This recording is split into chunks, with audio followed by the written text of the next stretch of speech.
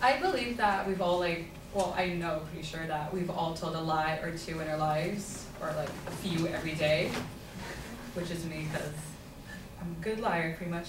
But we've all told like our good lies were like the ones like we think about thoroughly, and like the ones that actually like accomplish getting us through what we were trying to get out of, and then like in the end we actually feel good about the lie we've told. And we also have like the bad ones where you think of like last minute and you end up getting caught, which is like even more embarrassing and awkward when you do, because then you end up having to tell the truth. My quote is, "People need good lies, there are way too many bad ones," by Kurt Vonnegut. I personally agree with this quote because I've been on both ends of the quote of telling the good lies and the bad lies. Personally, I remember, I think it was last year, me and my friend, we ended up driving down to San Diego, or our parents drove us because we both didn't have our license. So we both ended up driving down to San Diego, spending the night there, whatnot, and drive back the next day. The only problem was that I didn't tell my mom that. So I told my mom that I was just sleeping over at her house, which is like down the street from me, when in reality I was like 50 miles away, or however far San Diego is. So we drive back the next day, or her parents drive us back the next day, and my mom picks me up, and without me knowing, she comes in the house and she's like saying hi to her parents and whatnot. Keep in mind, her parents don't know the lie. So my mom's like talking to her parents, and I'm in my friend's room, and all I hear is her parents saying, "Yeah, it was such a long drive," and whatnot. And I look at my friend and I'm like freaking out. So like for a good 5 minutes, we're like, okay, I'm gonna say this, you're gonna say this, and then I'm dipping out so fast. So I went to my mom and I'm like, "Oh, do you have church to go to? We need to go." So me and my mom run out, and my mom's just like, "What was her dad talking about that was so far away?" I was like, "Oh, her parents went to San Diego, they went to the casino, they dropped us off at the movie theaters." And she was like, "Oh, okay, that's nice." So that was, I think, my most accomplished lie. Most accomplished because I didn't get caught. And then the other end of the quote, which is, "There are too many bad ones." Personally, those bad lies where it's like you think last second, you're like, okay, I'm gonna tell it, it's gonna be okay, and it ends up not being okay. I think most of the lies I've told were to my mom, or like not the whole truth. So I told her some of it, but then I still end up getting caught.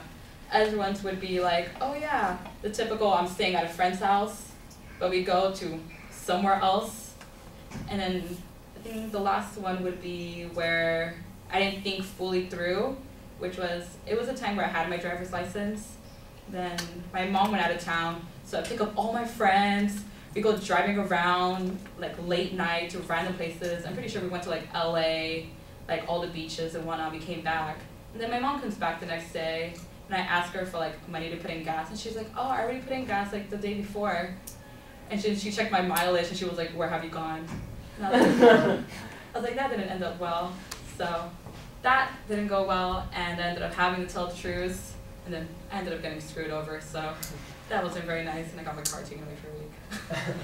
So in the end, I believe if you're gonna tell a lie, you should actually take the time and like think it fully out. And yeah.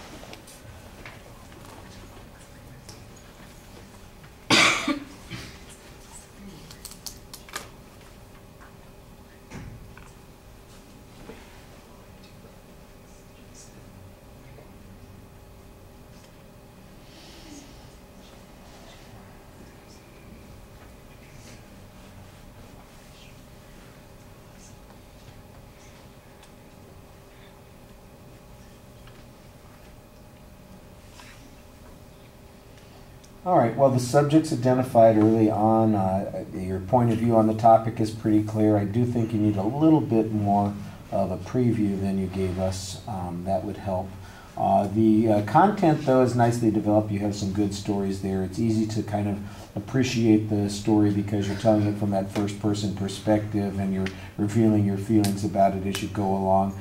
Sometimes a little bit of the story doesn't get explained as clearly, but everybody knows where you're going with it, so it works out in the long run, and we know what a big liar you are as a result. Presentation issues. The thing that I thought was strongest from the very beginning is your eye contact with the audience. You look at us. For the most part, you look like you're trying to engage us when you're speaking to us, and I think that that helps quite a bit. And you need that to kind of overcome some of the things that are problematic. And when you watch the speech, you're going to notice it right away. First of all, you're as far back from us as you can get without being behind the screen. So you've kind of, withdrawn from the audience a little bit. Second, you look like you are posing in a classroom early on. I don't mean it's like a kid reciting a poetry in front of their third grade class. You've got your ankles crossed, your hands like this, your knees together. It's like, I'm just, you just look like a little. That's kind of a scaredy look, You need to be a little bit more engaged and forceful. That plus the fact that you're stepping so back, that's where all of your anxiety seems to be coming out. And it's strange because you're looking at us, you're talking to us pretty effectively, but those nonverbals are undermining all the stuff that you're producing with everything else. So you want to be very careful about those kinds of things. All right, thank you.